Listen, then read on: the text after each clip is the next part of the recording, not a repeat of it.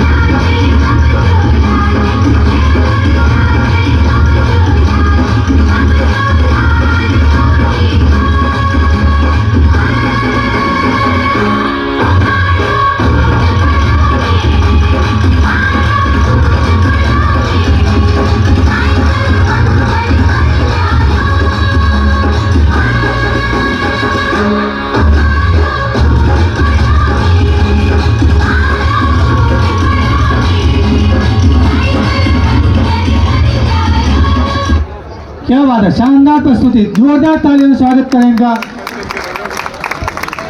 ये physical education की हमारी छात्राएं कहते हैं जो खिलाड़ी होता है वो बहुमुखी प्रतिभा का धनी होता है, और उसी को चरितार्थ करते हुए लड़कियां शानदार प्रस्तुति आपके सामने पेश की। वाह मैम, आप बहुत अच्छी प्रस्तुति तैयार कर रही हैं। कॉन्ग्रेचुलेशन। हमारे विशेष अतिथि गोपाल सैनी जी को आमंत्रित करूं। मलखम का प्रदर्शन आपके सामने, हमारे मलखम की टीम आई हुई है।